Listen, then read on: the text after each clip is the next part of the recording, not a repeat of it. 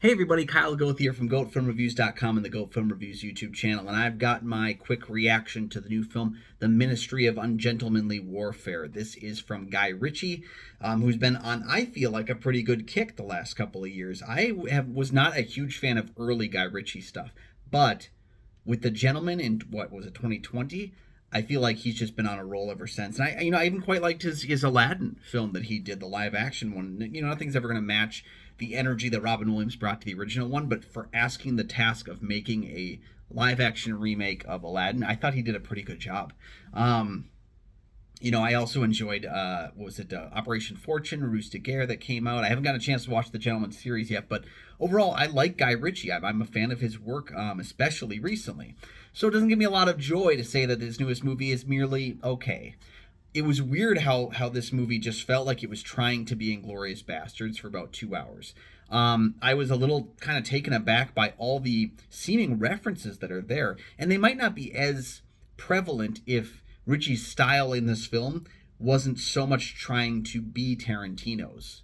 It felt like a bunch of guys doing violence and having fun, which felt like Inglourious Bastards a bit. But there's also, there's specific reveals to the plot, specific moments that happen that, like, you can't unthink Inglourious Bastards. There's character descriptions that feel like, one of the main characters is an actress performer who is undercover, and it's like, and there's bits and pieces about, like, instead of, like, Nazi scalps, I think one of the characters is trying to collect Nazi hearts.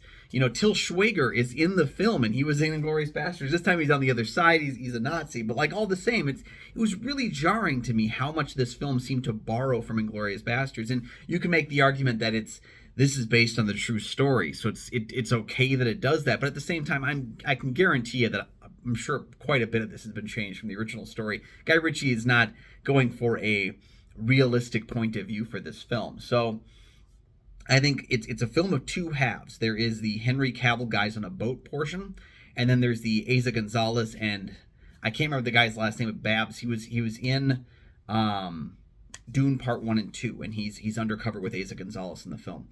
And so for the Henry Cavill and that portion of the guys on the boat, I felt like they were great characters that needed a better story, because their whole goal in this film was to destroy this supply line for the Nazis to try and, like, put it out of control.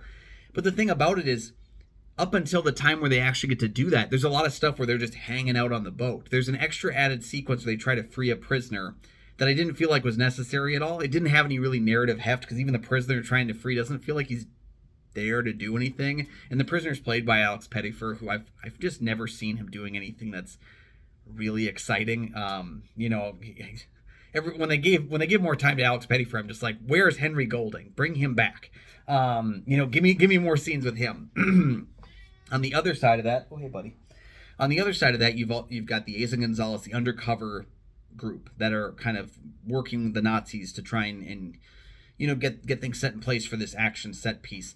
And I felt like they had a very interesting story, but I don't know that the characters that were being written were all that interesting of characters. And I think those two actors, Asa Gonzalez and Babs from Dune, I think actually elevated the material quite a bit. They have a lot that they're doing for the material, but it's just not all that well written material. Hey buddy, do you wanna sit with me while we... So yeah, there's two halves of the film in that way, and I don't think either one of them is strong enough to carry the film.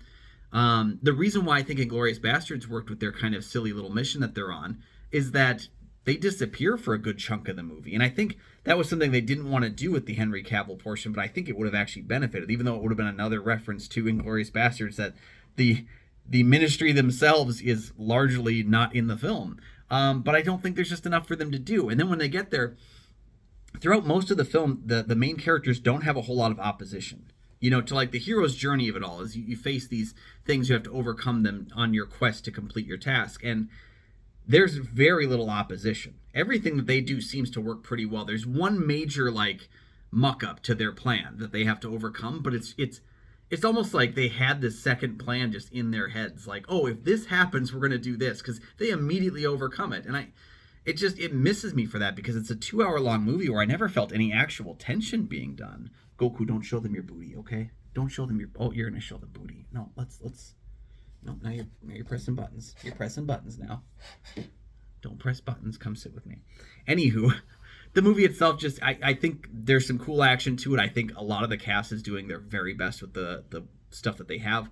I don't inherently think Guy Ritchie does a bad job directing the film, but there are too many cooks in the kitchen. This is a screenplay that has 4 writers on it, and they weren't all working together. So I think there's just a lot of homogenization. It feels like it was made by a committee in a lot of ways, which is unfortunate because and there's some great things at the end and how it ties into true events, and kind of gives us the story of what happens to some of the people after the events of the film.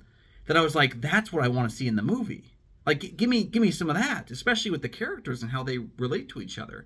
Yeah, overall, it's just a bit of a miss for me. I don't think it's a bad movie, but I also don't think it's a good one at all.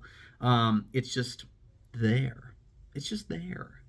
One cool thing, though, is that this story is believed to be about the people that inspired James Bond, and so Ian Fleming appears in the film. That's kind of cool. I really like that. I almost wish they had gone further with that element of it as well. Give me more Cary Elwes as well. Why is he in all these movies where he's just saying some words in a scene and then he's just gone for a lot of the film? Give me more Cary Elwes. I deserve it. Anyway, let me know your thoughts on the Ministry of Ungentlemanly Warfare down below in the comment section. While you're down there, please like and subscribe. There are 2 free things you can do. They help to support the channel immensely, and you never miss new episodes of the show as they drop. While you're down there, you can also check out goatfilmreviews.com for my many written reviews. You can find Goat Film Reviews on Facebook. You can follow me personally at Almighty Goatman on Twitter, Instagram, Letterboxd, and Threads. And you can find my show Kyle and Nick on Film that I co-host with Nick Plotchuk from the St. Paul Filmcast. We have new episodes of that show every single week. Go ahead and check all those links down below there in the description. We'll see you guys next time. Say goodbye, buddy. Bye-bye, people.